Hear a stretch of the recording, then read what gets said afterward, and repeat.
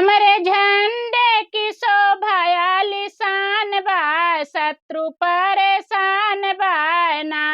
हमरे झंडे की शोभा आलीशान बा, शत्रु परेशान बा ना।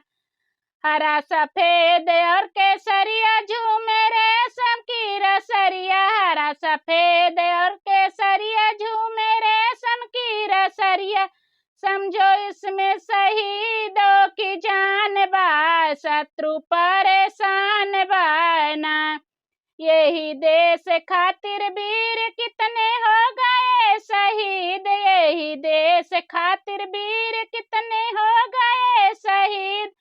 इस तिरंगा हमारे देशवा के शान बा, शत्रु परेशान बा ना।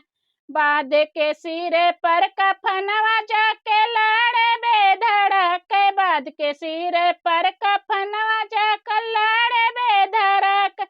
उन्हें वीरों को मेरा नमस्कार बा, शत्रु परेशान बा ना। हमारे झंडे की शोभा आलीशान बा, शत्रु पर